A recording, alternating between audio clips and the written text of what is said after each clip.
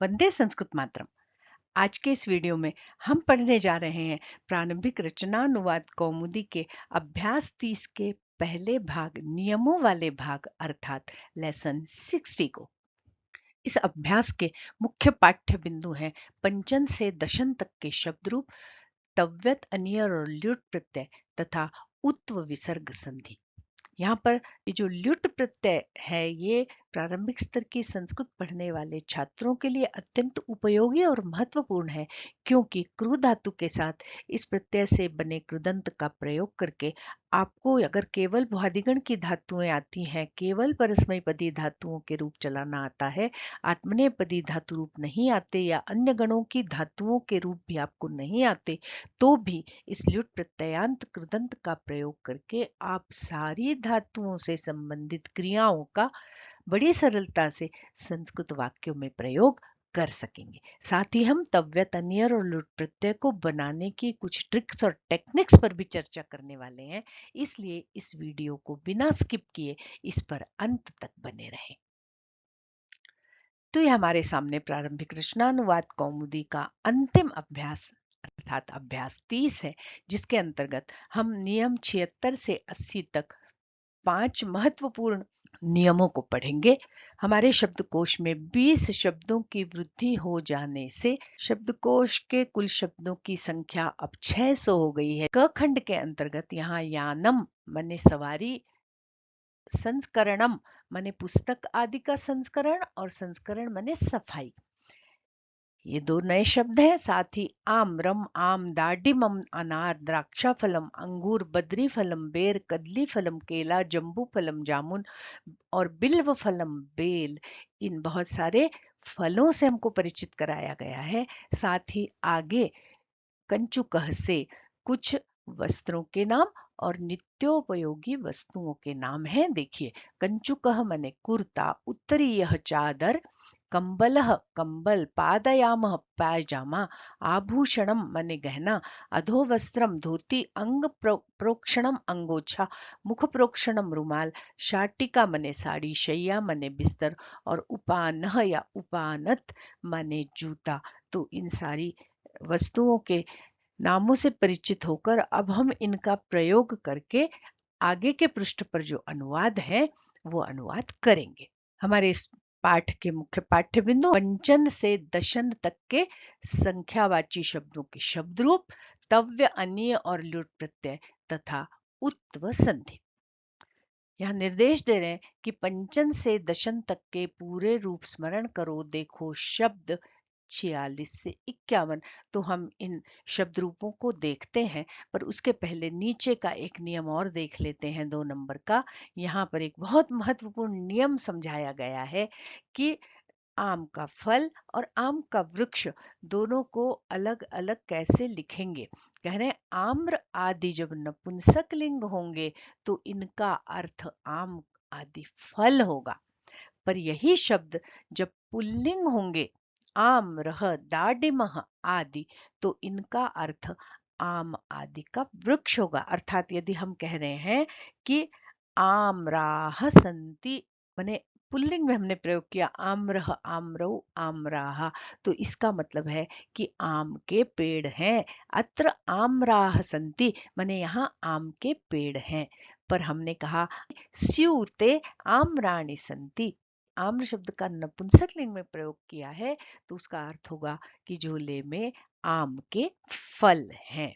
तो आइए अब हम जानते हैं पंचन से लेकर दशन तक के शब्द रूपों को। देखिए यहाँ लिखा हुआ है शकारांत और नकारांत पुल्लिंग शब्द रूप है। ये पंचन, सप्तन, अष्टन, नवन, दशन ये सारे शब्द नकारांत हैं।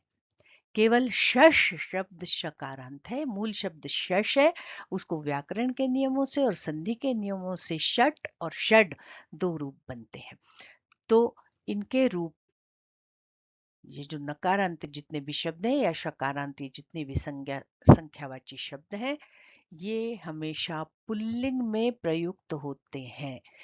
साथ ही ये नित्य बहुवचनांत होते हैं। माने यदि आप स्त्रीलिंग शब्द के साथ भी इनका प्रयोग कर रहे हैं तो भी यही रूप बनेंगे, आप पुल्लिंग के साथ प्रयोग कर रहे हैं तो भी यही रूप बनेंगे, और आप नपुंसकलिंग शब्द की के विशेषण के रूप में इनका प्रयोग कर रहे हैं तो भी यही रूप बनेंगे। जैसे पंच बालकाः, पंच बालिकाः, पंच फलानि।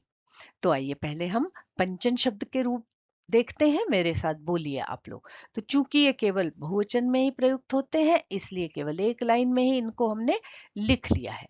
तो बोलिए पंच, पंच, तृतीया में पंचभी, चतुर्थी पंचभ्यः, पंचमी पंचभ्यः, षष्ठी पंचानाम, सप्तमी पंचसु, और संबोधन में बनेगा हे पंच।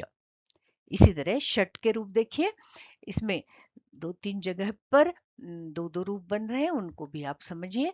षट और षड दोनों बनता है, तो षट या षड, षड, षट, षड्भी, षड्भ्यः, षड्भ्यः, षण्णाम, षट्सु और षट्सु, एक बीच में त आता है, ऐसा रूप भी बनता है, हे षड या हे षट। सप्त के रूप सीधे सीधे बनेंगे, सप्त, सप्त, सप्तभी, सप्तभ्यः, सप्तभ्यः, सप्तानाम, सप्तसु, और हे सप्त।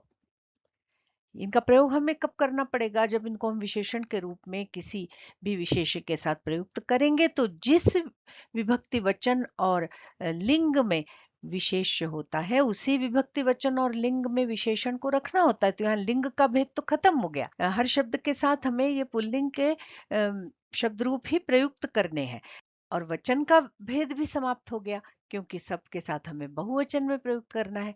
तो हमें केवल विभक्ति का ध्यान रखना पड़ेगा। जैसे हमें कहना है 7 बालक, तो हम कहेंगे सप्त बालकाः, पर हम कहेंगे 7 बालकों के द्वारा, तो फिर बालकई ही लगाया तो हम तृतीया में सप्त को भी ले जाएंगे। सप्तभी बालकैः एतत् कार्यं कृतम्, 7 बालकों के द्वारा यह कार्य किया गया। या 7 बालकों को फल दो, तो हम कहेंगे बालकेभ्यः फलानि यच्छ, तो फिर बालकेभ्यः के साथ हम सप्त शब्द को भी चतुर्थी में ले जाएंगे, सप्तभ्यः बालकेभ्यः फलानि यच्छ। चलिए आगे चलते हैं। अब यहाँ देखिए अष्टन, नवन और दशन के रूप। तो नवन और दशन के रूप तो एक प्रकार से ही बनते हैं, पर अष्टन शब्द के रूप दो दो बनते हैं। इनको जानना इसलिए आवश्यक है कि प्राचीन पुस्तकों में हमको यह दूसरा रूप भी देखने को मिलता है। तो आइए पहले हम पहले रूप को देखें। बोलिए मेरे साथ, अष्ट, अष्ट, अष्टभी, अष्टभ्यः, अष्टभ्यः, अष्टानाम, अष्टसु, और हे अष्ट। और एक रूप अष्टा, अष्टौ ऐसे भी बनते हैं। चलिए इसको भी बोलते हैं अष्टौ, अष्टौ, अष्टाभी, अष्टाभ्यः, अष्टाभ्यः, अष्टानाम, अष्टासु, और हे अष्टौ। नवन के रूप देखिए, बोलिए नव, नव, नवभिः, नवभ्यः, नवभ्यः, नवानाम, नवसु, हे नव। और दश के दश, दश, दशभिः, दशभ्यः, दशभ्यः, दशानाम, दशसु, और हे दश। यहाँ पर फिर से बता रही हूं कि ये सारे शब्द रूप पुल्लिंग में होते हैं और नित्य बहुवचनांत होते हैं। तो केवल दशन तक नहीं, अष्टादशन तक। और अगर हम एकोनविंशति की जगह अगर हम नवदशन लिखते हैं तो नवदशन तक सारे रूप इसी तरह चलेंगे, दश के समान चलेंगे, और पुल्लिंग में ही होंगे और नित्य बहुवचनांत होंगे। जैसे अगर द्वादश छात्र हमें कहना है 12 छात्र, तो हम कहेंगे द्वादश छात्राः, द्वादशभिः छात्रैः, अष्टादशभ्यः छात्रेभ्यः। इस तरह से इसके रूप बनेंगे। आगे विंशति से कोटि तक की संख्याओं के शब्द रूपों की विभक्ति वचन और लिंग को जानने के लिए मैं अलग से एक वीडियो बनाकर यहाँ आई बटन पर एवं एंड स्क्रीन पर लगा दूंगी। अब देखिए नियम 76। यहाँ विसर्ग संधि का एक महत्वपूर्ण नियम बताया जा रहा है। हर्षि च माने हर्ष प्रत्याहार होने पर भी विसर्ग को ओ हो जाता है, अह को ओ हो जाता है। बहुत संक्षेप में यहाँ पर नियम बता रहे हैं कि अह को ओ हो जाता है कब? जब बाद में वर्ग के तीसरे, चौथे, पांचवें वर्ण या ह, य, व, र, ल में से कोई वर्ण हो तो। तो इस नियम को बहुत विस्तार से समझाकर मैंने एक वीडियो बनाया है, उसको आई बटन पर लगा रही हूँ, उसे अवश्य देख लीजिएगा। क्योंकि अह को सीधे ओ नहीं होता, अ के बाद आने वाले विसर्ग को पहले ऊ होता है, फिर वहां गुण संधि काम करती है और फिर ऊ, अ और ऊ मिलके ओ बनते हैं। और बहुत सारे उदाहरणों के साथ आपको उस वीडियो में हशी च का विस्तृत विवेचन मिल जाएगा। अभी यहाँ पर हम संक्षेप में ही समझते हैं। जैसे रामः गच्छति, तो ये अह है, रामः का अह, इसके बाद ग आ रहा है, मतलब व्यंजन आ रहा है तीसरा, तो इस अह को ओ हो जाएगा और शब्द बनेंगे रामो गच्छति। कृष्णः वदति, अह को ओ हो गया क्योंकि आगे वो आ रहा है। कृष्णो वदति। कह वा, तो को वा, या बालः लिखति, तो देखिए ल आया, तो बालह के अह को ओ हो गया और हमारा शब्द बना बालो लिखति। अगला संधि का नियम है नियम 77। एतत् तदोः सुलोपः, ये पूरा सूत्र है। एतत् तदोः सुलोपो अकोर नय समासे हलि। पर यहाँ प्रारंभिक स्तर पर हमें बहुत विस्तार में नहीं जाना है, हम केवल इतना जाने कि एतत् और तत्, एतत् तदोः माने एषः और सः, इनके सुलोप है, इनके सु का, इनके विसर्ग का लोप हो जाता है और अंतिम शब्द सूत्र का है हलि। हलि माने व्यंजन परे रहने पर। तो एषः और सह के विसर्ग का लोप हो जाता है बाद में कोई भी व्यंजन हो तो। इसका तात्पर्य यह हुआ कि अभी जो हमने हशी च सूत्र पढ़ा था, जिसमें अह को किसी भी वर्ग का तृतीय, चतुर्थ, पंचम वर्ण या य, व, र, ल, ह आ रहा है तो ओ हो जाता है, वो ओ यहाँ पर नहीं होगा। कोई सा भी व्यंजन आगे हो एषः और सह के बाद, तो इस विसर्ग का लोप हो जाता है। तो ये बड़ी सरल सी संधि है। यहाँ पर एक बात मैं बताना चाह रही हूँ कि यदि अलग अलग पद हैं और हम वाक्य में उन पदों का प्रयोग कर रहे हैं और वहां पर संधि का कोई प्रसंग उपस्थित हो रहा है, तो हमारी विवक्षा पर है, हम चाहें तो संधि करें और न चाहें तो न करें। इसलिए हम सह पठति ऐसा भी लिख सकते हैं और स पठति ऐसा भी लिख सकते हैं, क्योंकि संधि वाक्य तु सा विवक्षाम अपेक्षते, वाक्य लिखते समय हमारी विवक्षा पर होता है कि हम संधि करें या न करें। तो देखिए बहुत सरल सी संधि है। सह पठति, विसर्ग का लोप हो गया क्योंकि आगे व्यंजन आ रहा है, बना स पठति, सह लिखति, स लिखति, सह गच्छति, स गच्छति, एषः गच्छति, एष गच्छति, ऐसा प्रयोग होगा। अगला नियम देखिए, नियम 78। चाहिए इस अर्थ में धातु के साथ तव्य प्रत्यय लगता है। एक तव्यत प्रत्यय है, उसके भी त का लोप हो जाता है, तव्य ही शेष बचता है। लौकिक संस्कृत में कोई भेद नहीं है, वैदिक में होता है, पर हमें उतने विस्तार में प्रारंभिक स्तर पर जाना ही नहीं है। तो तव्य प्रत्यय लगता है और ये प्रत्यय लगाते समय धातु को गुण हो जाता है। धातु को गुण हो जाता है का तात्पर्य है कि धातु का जो अंतिम स्वर है उसको गुण हो जाता है। तो अगर अंत में स्वर है तो उसको गुण हो जाएगा। हमने पढ़ा अदेंग गुण, अ, ए और ओ की गुण संख्या होती है। तो अगर अंतिम स्वर है तो उसको गुण हो जाएगा और यदि अंत में व्यंजन है तो उसके ठीक पूर्व यदि कोई स्वर है तो उसको गुण हो जाएगा। तो यहाँ पर देखिए दो उदाहरणों से आप समझिए कि क्रू धनतव्य, तो क्रू के रू को गुण हो गया और हुआ अर, तो कर्तव्यम। इसी तरह रुतव्य, हर्तव्यम। एक यहाँ उदाहरण और देखिए, लेखितव्यम। लिख धातु में ख व्यंजन है पर उसके ठीक पूर्व उपधा में ई है, तो लिख की ई को ए हो गया और बनेगा लेख। और फिर ये चूंकि सेट धातु है तो ई का आगम भी होगा और बनेगा लेखितव्यम। इसी तरह पठ से बनेगा पठितव्यम, हस से बनेगा हसितव्यम। अब गम से बनेगा गम तव्यम और संधि के नियमों से म को हो जाएगा न और बनेगा गंतव्यम। और वच से बनेगा वक्तव्यम। यहाँ पर एक चीज और आपको मालूम होनी चाहिए कि केवल चाहिए अर्थ में ही नहीं, योग्य अर्थ में भी धातु के साथ ये तव्य प्रत्यय लगता है। पढ़ने योग्य, लिखने योग्य, लेखितव्यः, पठितव्यः ग्रंथः, लेखितव्यः लेखः, इस तरह के प्रयोग भी होते हैं। वहां पर विशेषण विशेष भाव होता है। और जहां विधिलिंग या चाहिए अर्थ में तव्यत और अनियर प्रत्ययांत कृदंत पदों का प्रयोग होता है, वे वाक्य कर्मवाच्य या भाववाच्य के होते हैं। मया लेखः लेखितव्यः, मुझे लेख लिखना चाहिए या मेरे द्वारा लेख लिखा जाना चाहिए। तो आप लोगों ने पूर्व में विशेषण विशेष्य को भी पढ़ा है, तो वो भी यहाँ पर नियम लागू होगा, लेखः लेखितव्यः। और आपने इसके पूर्व में वाच्य परिवर्तन मतलब कर्तवाच्य, कर्मवाच्य और भाववाच्य को भी पढ़ा है, वो नियम भी यहाँ पर लागू होंगे। तो आपको उन दोनों की भी पुनरावृत्ति करनी होगी। तो मैं ऊपर आई बटन पर सबसे पहले तो वाच्य परिवर्तन का वीडियो लगा रही हूँ, उसे देख लीजिए, तभी आप तव्य प्रत्यय और अनियर प्रत्यय का विधिलिंग में प्रयोग कर पाएंगे। और विशेषण विशेष्य की तो कई बार मैंने वीडियो लगाए हैं, पर एक बार फिर से मैं अंत में लगा दूंगी।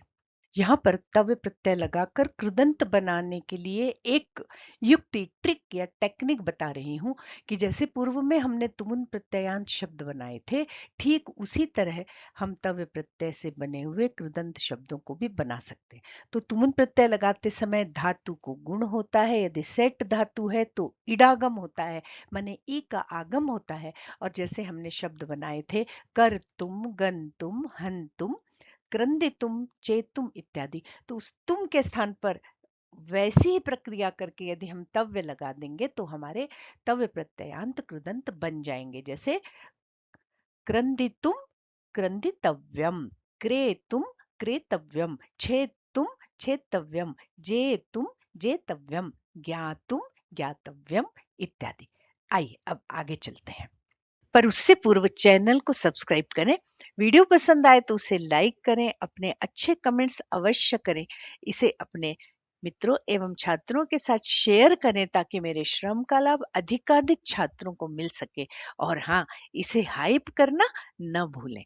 इस प्रकार संस्कृत के प्रचार प्रसार में आप मेरे सहयोगी बन सकते हैं। अगला है नियम 79। कह रहे चाहिए अर्थ में धातु के साथ अनीय प्रत्यय भी लगता है। मैंने अभी हमने पढ़ा कि चाहिए अर्थ में तव्य प्रत्यय लगता है, यहाँ अनीय प्रत्यय भी लगता है। एक और प्रत्यय है अनीयर, उसके र का लोप हो जाता है, वहां भी अनीय ही बचता है। और यहाँ भी उसी तरह धातु को गुण होता है। जो मैंने अभी बात बताई वो यहाँ बता रहे हैं कि तव्यत और अनियर से बने हुए कृदंत शब्दों का प्रयोग कर्मवाच्य और भाववाच्य में होता है, इसलिए तव्य और अनीय के साथ कर्ता में तृतीया विभक्ति लगती है और कर्म में प्रथमा विभक्ति लगती है। तो हमें यहाँ पर वाच्य परिवर्तन के नियम मालूम होने चाहिए और इनके रूप कर्म के अनुसार चलते हैं। जैसे मया भोजनम कर्तव्यम, तव्य प्रत्यय लगाया तो कर्तव्यम, और अनियर प्रत्यय लगाया तो करणीयम। मया भोजनम कर्तव्यम, मया भोजनम करणीयम, मुझे भोजन करना चाहिए या मेरे द्वारा भोजन किया जाना चाहिए। त्वया पुस्तकानि पठितव्यानि या पठनीयानि, तुम्हारे द्वारा पुस्तकें पढ़ी जानी चाहिए। मया लेखः लेखनीयः, मेरे द्वारा लेख लिखा जाना चाहिए। यहाँ पर फिर वही बात बता रही हूँ कि केवल चाहिए अर्थ में ही नहीं, इस अनियर प्रत्यय का प्रयोग भी या अनीय प्रत्यय का प्रयोग भी योग्यता के अर्थ में भी होता है, विशेषण के रूप में। जैसे पढ़ने योग्य पाठ तो पठनीय पाठ, सुनने योग्य रचना श्रवणीया रचना, पाठ था तो पठनीय, पर रचना है तो श्रवणीया।